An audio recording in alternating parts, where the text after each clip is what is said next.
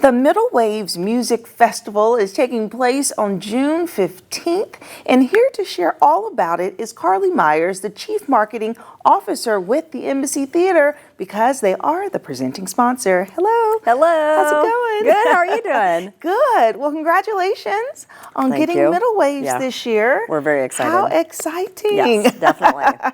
Okay, so let's start off by just giving folks an overview about what is Middle Waves. Sure, absolutely. So Middle Waves Music Festival, it's been here for several years. And then about a year and a half ago, we started talking to the board there. They were interested in kind of handing it over to somebody. We started having conversations. We decided it made a lot of sense with our mission and strategy. So we acquired the festival last year, started planning. We had a hype event last June at Parkview Field, and this is the first year that we're hosting it and have a great lineup of 5 bands and all kinds of stuff going on around the concourse to make it just a fun, energetic day. Yes, and this is taking place at Parkview Field. Yep. On June 15th, gates open at 3. The first band starts at 3:45, and then we have all kinds of activities going on. So we have Always as the headliner, which is a Grammy-nominated band. The whole lineup is pretty much an indie rock type of vibe this year. And then, so we got Houndmouth, Pom Pom Squad, Murder by Death, and like I said, Overlook starts off the day. And then we have 4 zones around the concourse. We have a live art zone, which is really cool because you're not only seeing people doing live art, artists locally that are fantastic and really talented, but people can take part in creating the art, which is really great. We have a game zone that will have games for both adults and children. And then we have a creativity zone where you can immerse yourself in playing and being involved with making music, which is really cool. And then a vendor zone where you can kind of shop and kind of get your festival wares that you would be used to at a festival. And then we have a DJ Double K, who is performing in between all of the bands as well to keep kind of the energy and the vibe going. Yes, okay, well that's really cool. And so this concert is an annual thing, so people are used to having it. But is there anything different really that's taken place this year now that you all are presenting it? Sure, I think that the big difference is going to be that most people are used to it being like a full day or a day and a half type of festival. We're starting it off a little smaller because we want to sustainably keep this going for the long haul. That's a big key. That was one of the challenges the original group had of just, being in the festival business is very expensive, very time consuming. So we are starting it off as a kind of abbreviated event. People can look forward to it growing next year. We already have a plan for next year that we'll be announcing later. Very excited about that. And that this is just, the energy and the fun and just like kind of the immersive experience that Fort Wayne was used to with Middle Waves, same deal. We wanted to keep that intact because that's what people loved about it. And as far as having just great, fresh indie music, having it be kind of it appeals to all ages, but like drawing in a demographic that doesn't have to go to Indy or Chicago or Detroit to like experience a music festival. We're really excited about growing it and kind of keeping it the same, but growing it over time. Yes, absolutely. It kind of creates a local Coachella for us. Absolutely. Yes, I love that. I love that. Yes. Okay, and so as people are preparing to attend, so it's going to be at Parkview, so that means that there's seats. People don't need to bring lawn chairs or blankets and stuff, right? They can if they want to. And on our website, we have an FAQ section that talks about what you can and can't bring. We're kind of in compliance with what Parkview Field allows as well. But there's a lot of green, we're activating the green space at Parkview Field.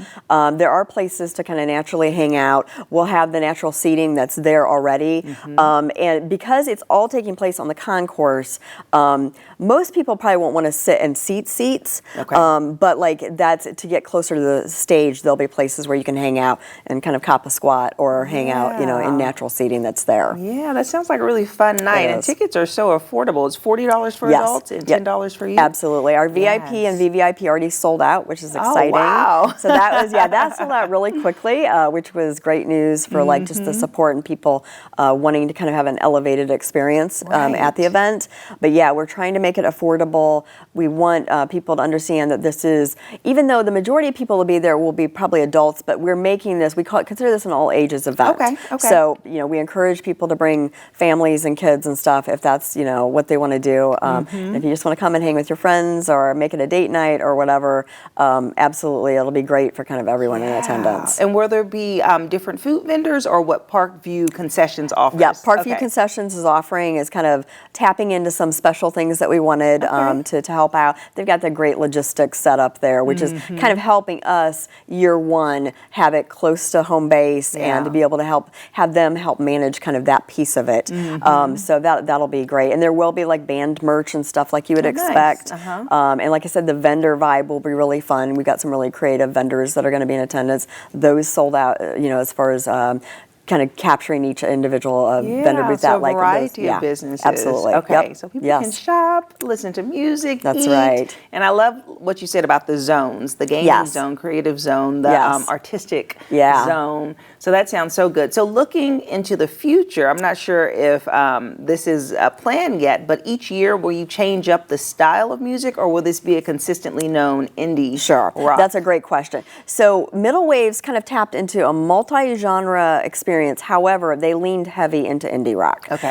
When we were looking at lineup for this year, because the artist fees are very expensive right now, like I said, we wanted to start small and kind of like grow it over time. We wanted to lean into the indie rock vibe because when we interviewed the public and we had a great survey with lots of public feedback, and most people wanted it to be indie rock. Okay. So when we looked at it and designed kind of the lineup and did the shell game with performers and what we were going to do from a lineup perspective, we thought we're going to tap into that because that's what people want. Over time, when we add to the length of the day or we make it a multi-day event, that's when we'll kind of expand the genres. Be able to do that. That's exciting. It is very exciting. And if someone wants to purchase tickets, where should they go? They can come to the Starbank box office at the embassy. That's a way to avoid some of the fees that people complain about. But you can get them through Ticketmaster, through fwembassytheater.org or middlewaves.com. As easy as, we can make it easy so everyone can go anywhere easily and get them. Okay, Yes. well, thank you so much, Carly. Thank you. And if you would like more information about Middle Waves, keep in mind this is taking place on June 15th. So now is the time to get your tickets. And I'll see you after the break.